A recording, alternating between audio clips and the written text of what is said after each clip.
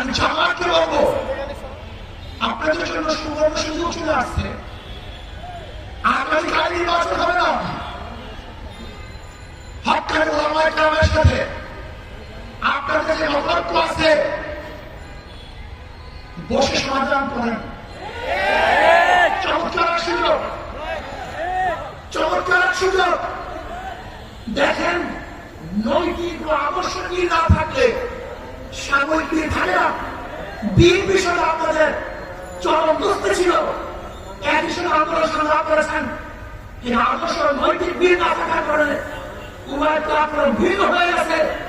আমরা চাই অনৈতিক কোন অনৈতিক